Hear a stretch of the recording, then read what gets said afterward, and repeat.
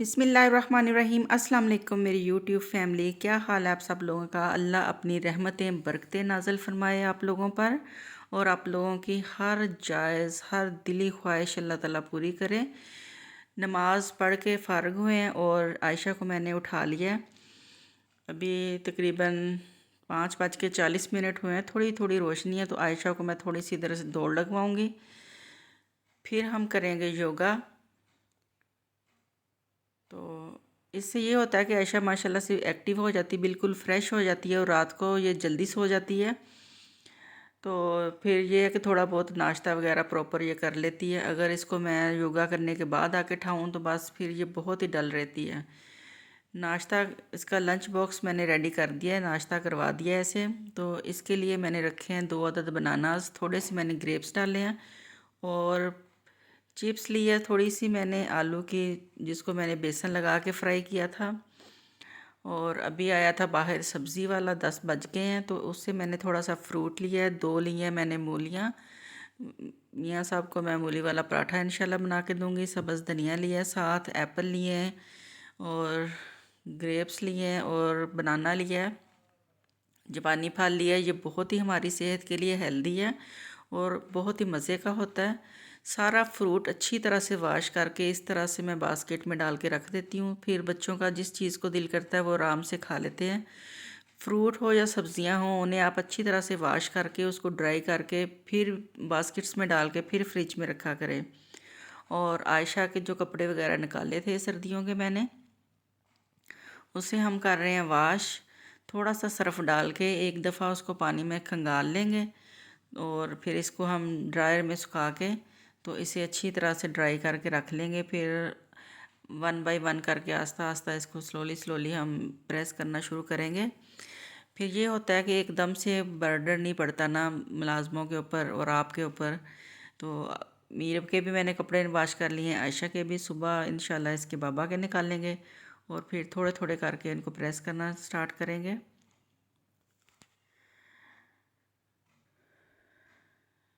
और अल्लाह का लाख लाख शुक्र अल्हम्दुलिल्लाह, आज मेरे मियाँ साहब की तबीयत माशाल्लाह से बहुत अच्छी है। सुबह से मुझे 2 दफ़ा कह चुके हैं कि आज बिल्कुल भी मेरे पाँव को कोई झटका वगैरह नहीं लगा। अल्हम्दुलिल्लाह अल्हम्दुलिल्लाह, अल्लाह का शुक्र है। और ये है जी अंजीर, ये जो मैंने सामने पार्क में लगाया था पौधा अपने हाथों से, उसको माशाल्लाह से तकरीबन 4 साल हो गए हैं। उसका फ्रूट हम लोग खाते हैं और भी माशाल्लाह से सोसाइटी में बहुत सारे लोग खाते हैं। तो इतनी दिल को खुशी होती है जब कोई फ्रूट वगैरह आप अपने हाथ से उसको लगाएं और वो ग्रो हो और उसका फल सब लोग खाएं, तो बहुत ही सुकून मिलता है। और फिर ये मैं अपने मियाँ साहब को फिर डेली तोड़ के देती हूँ, क्योंकि कुरान पाक में भी अंजीर का जिक्र है। और आयशा कर रही है मिंटू फैमिली वालों से बात। भाभी की कॉल आई थी और बच्चों की, तो वो कई पहले भी 1-2 दफ़ा उनकी कॉल आ चुकी है। वो पूछते हैं कि आप लोग कब आएंगे हमारे पास। तो भाभी कह रही थी कि आयशा से बात करवाएं। और जुरेज़ और शहरी कहते हैं कि हमने आयशा से बात करनी है। और उनकी एक छोटी सी कैटी है जोई, उसको भी वो लोग कह रहे हैं कि आप भी आयशा से बात करो। तो आयशा माशाल्लाह से बहुत खुश है उनसे बात करके। और ये देखें छोटे छोटे बलून जो लेके आई थी सारी इसने अपने बैग की बुक्स निकाल दी हैं और बैग अपना भर लिया है इसने बलून्स के साथ। और सारे बलून्स इसने खुद ही इसमें हवा भरी है और इनके सब के इसने नाम अलग अलग रखे हैं। जो पिंक वाले हैं उनके अलग नेम्स हैं, जो ब्लू वाले बलून्स हैं उनके अलग नेम्स। अब खेलेगी इनके साथ, बातें करेगी। ये देखिए कैसे उनसे लाडियाँ कर रही है, बातें कर रही है। तो बच्चों से घर में बड़ी रौनक होती है। अल्लाह ताला हम सब के बच्चों को ज़िंदगी सेहत और तंदुरुस्ती दे और सब के बच्चों को अपनी हिफ्ज़ ईमान में रखे। आजकल मुल्क के बहुत बुरे हालात जा रहे हैं। जब भी बच्चों को बाहर भेजें, स्कूल भेजें, तो आयतुल कुर्सी पढ़ के उनके ऊपर फूंक ज़रूर मार दिया करें।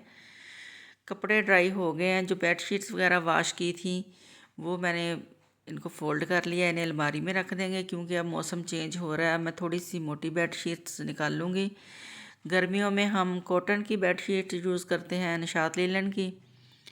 और ये देखें, ये दोनों ऊपर वाली जो निशात लीलन की बेड शीट हैं बहुत ही सॉफ्ट और बहुत ही मज़े की लगती हैं। और जो सर्दियों में मैं बेड शीट्स यूज़ करती हूँ वो मैं थोड़ा सा मोटा उसका स्टफ़ होता है। और अभी बना रही हूँ मैं बीफ कढ़ाई। इसके लिए मैंने बीफ लिया और उसमें डाल दिया मैंने पानी। इसके अंदर मैं प्याज टमाटर लहसुन कुछ भी नहीं डालूँगी, सिर्फ पानी और नमक डाल के इसे गला लूँगी, क्योंकि मेरे पास प्याज का पेस्ट अभी पड़ा हुआ है। तो जब मटन हमारा या बीफ हमारा गल जाएगा तो फिर हम इसके अंदर वो पेस्ट डाल के इसको भून लेंगे अच्छी तरह से।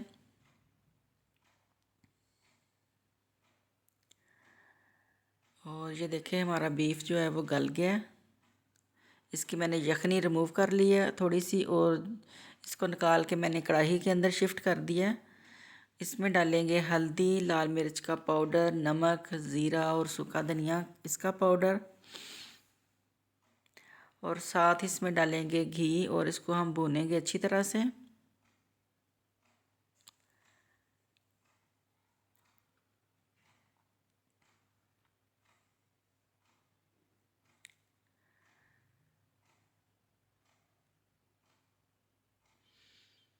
अब इसके अंदर हम प्याज टमाटर और लहसुन का पेस्ट भी साथ ही शामिल कर देंगे।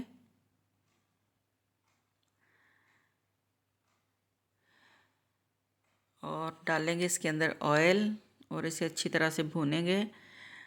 बहुत सारे लोगों के मुझे कमेंट्स आए हैं कि उन्होंने ये पेस्ट रेडी किया और वाकई वो लोग दुआएं देते हैं और मुझे कहते हैं कि आप इस तरह की न्यू न्यू चीज़ें हमें ज़रूर बताती रहा करें। इसके अंदर मैंने 2-3 लौंग डाल दिए हैं, एक बड़ी इलायची डाल दिया और एक टुकड़ा इसके अंदर मैंने दालचीनी का डाल दिया। बीफ है इसलिए इसके अंदर मैं गरम मसाला साबुत ही डालूँगी।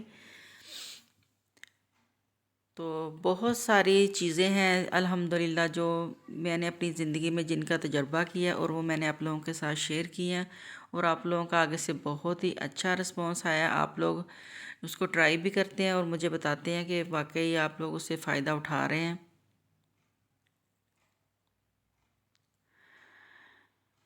अच्छी तरह से भून लिया मैंने सालन को। अब इसके नीचे आंच बिल्कुल मैंने एक दफ़ा बंद कर दिया है और उसमें मैंने डाल दिया योगर्ट। जब भी आपने सालन के अंदर योगर्ट डालनी है, दही डालनी है, तो आपने एक दफ़ा चूल्हा बंद कर देना या बहुत स्लो कर देना, ताकि जो आपका सालन है उसका जो टेम्परेचर है वो एक दफ़ा लो हो जाए।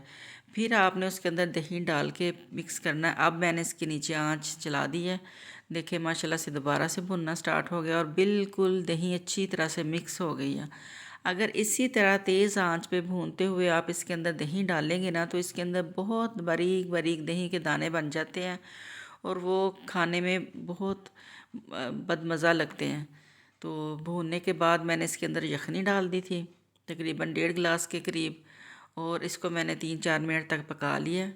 ये देखिए माशाल्लाह से कितनी ज़बरदस्त इसके अंदर ग्रेवी सी हो गई है, शोरबा नहीं है, ये ग्रेवी है इसके अंदर। और अब इसके अंदर हम डालेंगे सब्ज़ धनिया।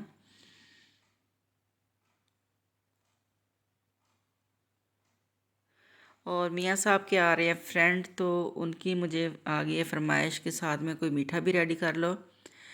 थोड़ी सी गाजरें पड़ी हुई थी तो तकरीबन 3 पाव के करीब उन्हें कद्दूकश कर लिया। उन्हें मैंने एक फ्राई पैन में 2 चम्मच देसी घी डाल के भून लिया है। साथ ही मैंने चावल डाले हैं 1 प्याली, पानी डाल के उनको मैंने गला लिया। अब मैंने रख दिया ऊपर दूध, और दूध में हम चावल भी शामिल कर देंगे और जो गाजरें हमने भुनी हैं वो भी डाल देंगे और 10 मिनट तक इसे पकाएंगे। बहुत ही मज़े की, बहुत ही ज़बरदस्त डिलीशियस गाजर की खीर रेडी हो जाएगी। जब तक वो लोग खाना खाएंगे ये खीर रेडी हो जाएगी इंशाल्लाह ताला। और जब भी घर में मेहमान आए खुश दिली से उनका वेलकम किया करें और खुश दिली से खाना बनाया करें, क्योंकि जिसने जो खाना है वो उसका अपना नसीब है। मुझे बहुत खुशी होती जब घर में गेस्ट आएँ और मैं तो अल्लाह का शुक्र अदा करती हूँ। तो जब 5 मिनट अब लगेंगे तो हमारी जो खीर है वो रेडी हो जाएगी। मेरी आज की जो वीडियो थी वो यहीं तक थी। उम्मीद है आपको अच्छी लगी होगी। वीडियो को लाइक ज़रूर किया करें और इसको शेयर भी किया करें। चैनल को सब्सक्राइब कर लिया करें। मुझे दीजिए इजाज़त। ज़िंदगी सेहत और तंदुरुस्ती हुई तो इंशाल्लाह एक नए वीडियो के साथ आपकी खिदमत में हाज़िर होंगी कल। अल्लाह हाफिज़।